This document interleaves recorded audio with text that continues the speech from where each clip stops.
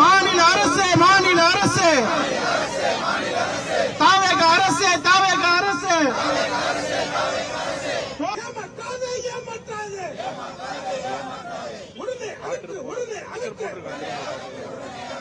இந்திய கம்யூனிஸ்ட் கட்சியின் சார்பிலும் சீல்நாயக்கம்பட்டி எஸ்கே நகர் பொதுமக்களின் சார்பிலும் சீல்நாயக்கம்பட்டி சக்தி நகர் பொதுமக்களின் சார்பாகவும் இங்கே 2 டாஸ்மாக் கடை இருக்கிறது. இந்த 2 டாஸ்மாக் கடையை எடுக்க சொல்லி இப்பொழுது காத்திருப்பு போராட்டத்தை தொடங்கியிருக்கின்றோம். இந்த காத்திருப்பு போராட்டம் தொடரும். எவ்வளவு நேரமானாலும் இந்த காத்திருப்பு போராட்டம் தொடரும். ஏன் என்று கேட்டால் இந்த போராட்டம் முதல் முறை அல்ல. கிட்டத்தட்ட 5-6 முறை இந்த போராட்டம் இங்கே நடைபெற்றிருக்கிறது. இந்திய கம்யூனிஸ்ட் கட்சியின் சார்பாகவே 4 முறை இந்த போராட்டம் நடைபெறுகிறது. ஏற்கனவே இங்கே போராட்டம் நடத்திய பெண்கள் மீது அன்னதானப்பட்டி காவல்துறை 2 ஆண்டுக்கு முன்பு வழக்கு போடப்பட்டுள்ளது. எதுக்கு போராட்டம் நடத்தினாங்க?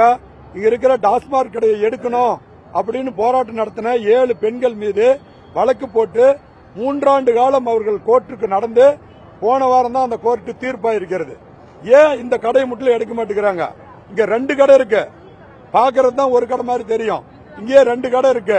2 கடையிலையும் கூட்டம் பாத்தீங்கன்னா 5 மணில இருந்து 9 மணி வரலும் இந்த ரோட்ல போகவே முடியாது. அதிகமான ஆம்புலன்ஸ் போற வழி இந்த வழி, பள்ளி கல்லூரி போற வழி இந்த வழி. பின்னாடி பொதுமக்கள் இருக்காங்க. இங்க இருக்கிற மதுப்பிரியர்கள் இங்கே குடித்து விட்டு அங்கே போய் விழுந்து வாந்தி எடுக்கிறாங்க. சில வீட்டுக்குள்ள போய் விழுவுறாங்க. இதெல்லாம் நடக்குது. முன்னாடி இருக்கிற எஸ்கே நகர்ல போய் இங்க பாட்டில வாங்கிட்டு போய் அங்க வச்சு தண்ணி அடிக்கிறாங்க. பெண்கள் போக முடியல. இங்க இருக்கிற தொழில் நிறுவனங்கள், ஹாஸ்பிட்டல்லாம் இந்த இடத்தை விட்டு போனா போதும் அப்படிங்கிற மனநிலையில் இருக்கிறாங்க. தமிழக அரசும் சரி, மாவட்ட ஆட்சி நிர்வாகம் சரி, இந்த கடையை எடுக்க எந்த அக்கறையும் காட்டுவதில்லை. கடந்த 4 வருடமாக 4 கலெக்டர்கள் இருந்தாங்க. கார்மேக சார் இருந்தாரு, மேடம் இருந்தாங்க, இடையில ஒரு கலெக்டர் வந்தாரு, இப்போ ஒரு கலெக்டர் வந்திருக்காரு. இத்தனை கலெக்டரிடமும் ஒவ்வொரு வாரம் திங்கட்கிழமையும் இந்த கடையை அகற்ற சொல்லி, கடையை எடுக்க சொல்லி நாங்கள் மனு தொடர்ச்சியா கொடுத்துக்கிட்டே இருந்தோம். ஆனா இதுவரையிலும் எடுத்த பாடில்ல.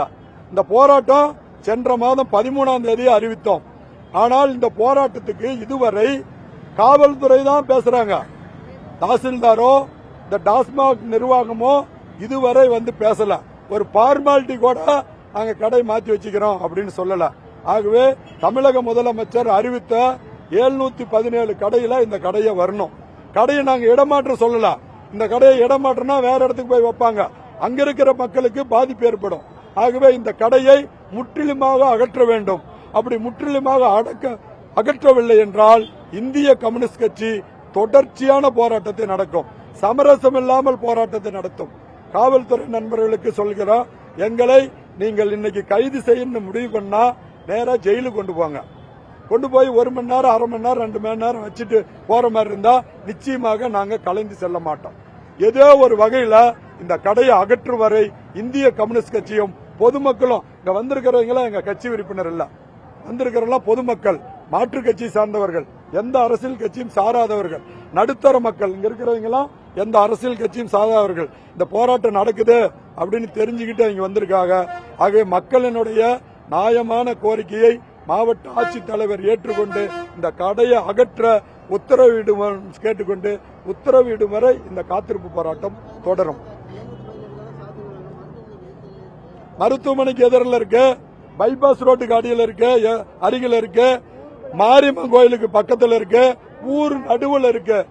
இத்தனையும் இங்க இருக்கிற மாவட்ட ஆட்சி நிர்வாகத்துக்கு தெரியல, இந்த டாஸ்மாக் மேலாளருக்கு தெரியல. இதுவரை அந்த டாஸ்மாக் மேலாளர் வந்து என்ன ஏதுன்னு கூட கேட்கல. என்னன்னு கேட்டீங்கன்னா, டாஸ்மாக் மேலாளர்ல 3 மாசத்துக்கு ஒரு தடவை மாத்துறாங்க. ஒவ்வொருத்தரும் வந்து ஒவ்வொரு கதையை சொல்றாங்க. ஆகவே இந்த கடையை அகற்றும் வரை, அது 2 கடை பாருங்க, உங்களுக்கு தெரியுதான்னு பாரு. இருக்கிறதே 10க்கு 10 ரூம். இதுல ஒரு கடை இருக்கான், உள்ள ஒரு கடை இருக்கான். நாங்க போன முறை போராட்டம் நடத்தப்ப ஒரு கடை இருக்குதுன்னு தான் நினைச்சோம். ஏன்னா நாங்க யாரும் இங்க மது குடிக்கவோ மது வாங்கவோ வரதில்லை. திறந்திருந்தா நேரம் இந்த கூட்டத்தோட அதிகமா இருக்கு. ஆமா, இந்த கூட்டத்தோட அதிகமான கூட்டம் இருக்கும். அது இல்லாம இங்க இருக்கிற மது பிரியர்களுக்கு ஒரு கோரிக்கை சொன்னாங்க, வந்து எங்களுக்கு பாட்டிலுக்கு 10 ரூபா திருப்பி தரணும், திருப்பி தர மாட்டேங்கிறாங்க அப்படின்னு ஒரு கோரிக்கை சொல்றாங்க.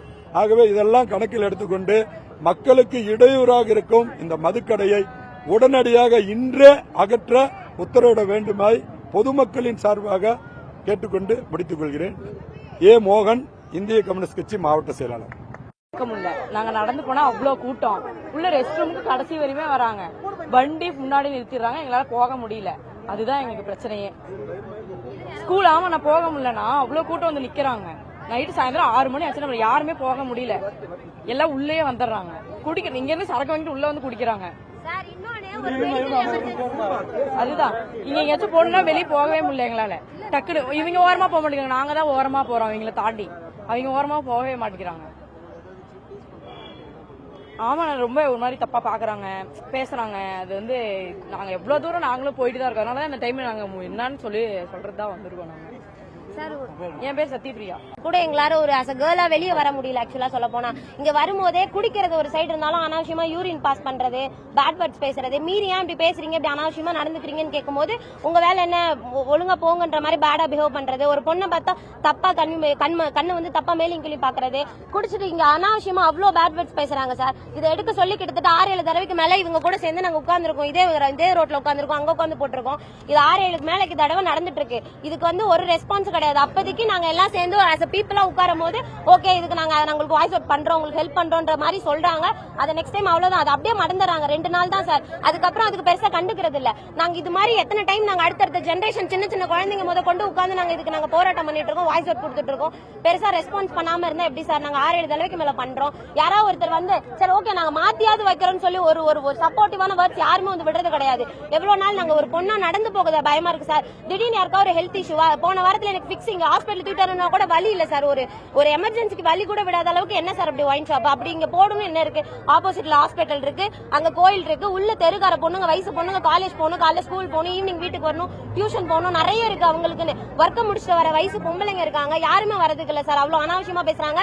இங்க குடிச்சா கூட பரவாயில்ல, அந்த லாஸ்ட் எண்டுக்கு வராங்க சார். ஊர் எங்க இருக்கு, ஊருக்குள்ள வரைக்கும் வராங்க. எங்களால இதை பேஸ் பண்ண முடியல. தயவு செய்து ரொம்ப ஹம்பிளா கவர்மெண்ட் கிட்ட கேட்டுக்கிறோம், அதை எடுக்கிறதுக்கு ஏதாவது ஒரு ஸ்டெப் எடுத்து தயவு செய்து மாத்தி வர இடத்துல வாங்கி. இதோட நாங்க எத்தனையாவது தடவை எல்லாத்தையும் கேட்டுட்டோம். ரொம்ப ஊர் சார்பா ரொம்ப ஹம்பிளா கேட்கிறோம், தயவு செய்து அதுக்கு ஏதோ ஒரு ஸ்டெப் எடுங்க சார்.